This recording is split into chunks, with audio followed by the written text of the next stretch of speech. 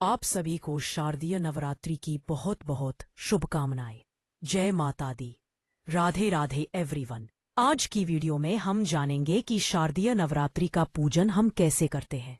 साथ में ही हम ये भी जानेंगे कि हमें चौकी कहाँ लगानी है, किस दिशा में लगानी है, पूजा हमें किस समय करनी है। यानी कि शारदीय नवरात्रि की पूजा से संबंधित सारे आपके डाउट्स इस वीडियो में क्लियर हो जाएंगे।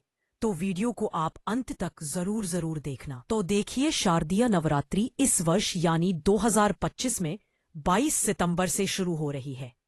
22 सितंबर के दिन सुबह सुबह स्नान आदि करने के बाद हम एक चौकी लगा लेंगे। देखिए, हो सके तो चौकी आप पूर्व दिशा की तरफ लगाइएगा, लेकिन अगर किसी कारण से पूर्व दिशा में चौकी ना लगा पाए तो दक्षिण को छोड़ के बाकी आप किसी भी दिशा में चौकी लगा सकते हैं। दक्षिण में चौकी नहीं लगानी है, इस बात का ध्यान रखिएगा। चौकी लगाने के बाद फिर हम चौकी पर लाल रंग का वस्त्र बिछा देंगे। अगर नया वस्त्र लेकर आए हैं तो नया बिछा दीजिए, नया वस्त्र नहीं लेकर आए हैं तो कोई बात नहीं, जो आपका पूजा का वस्त्र है उसी को साफ करके आप उसे भी बिछा सकते हैं। इसके बाद हम चावल का आसन देंगे और इस पर हम माँ भगवती के स्वरूप को यानी दुर्गा माता का जो भी स्वरूप आपके पास है, चाहे मूर्ति है चाहे फोटो है, उनको विराजमान कर लेंगे।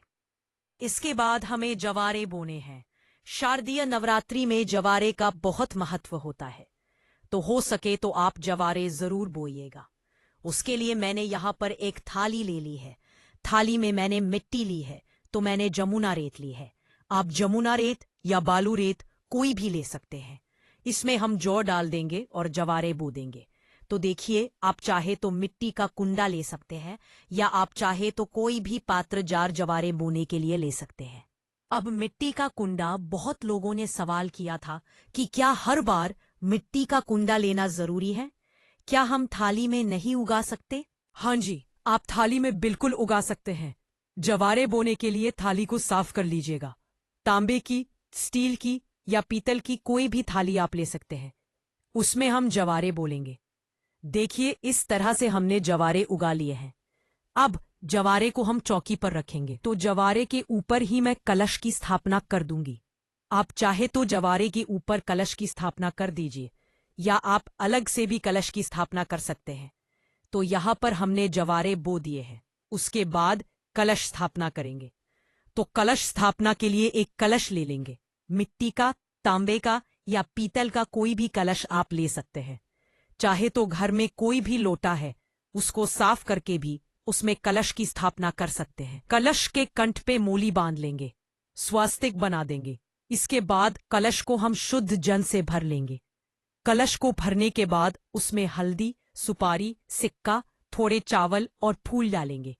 फिर हम इसमें पंचपलव यानी आम के पत्ते लगा देंगे। उसके ऊपर ढक्कन रखेंगे और इसको हम चावल से भर देंगे।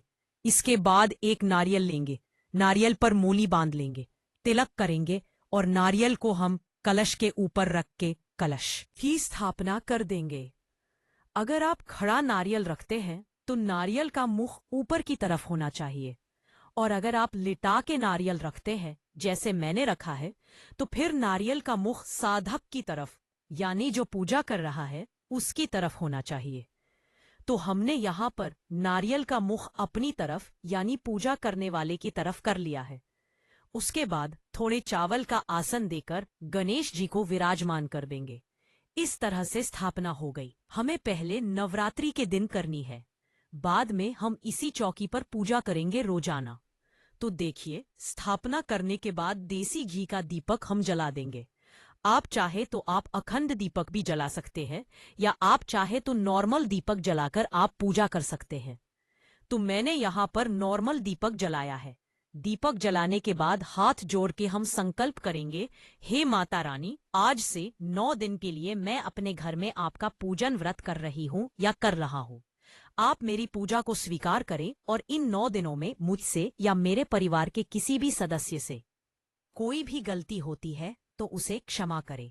इस तरह से हम बहुत प्रेम पूर्वक संकल्प करेंगे।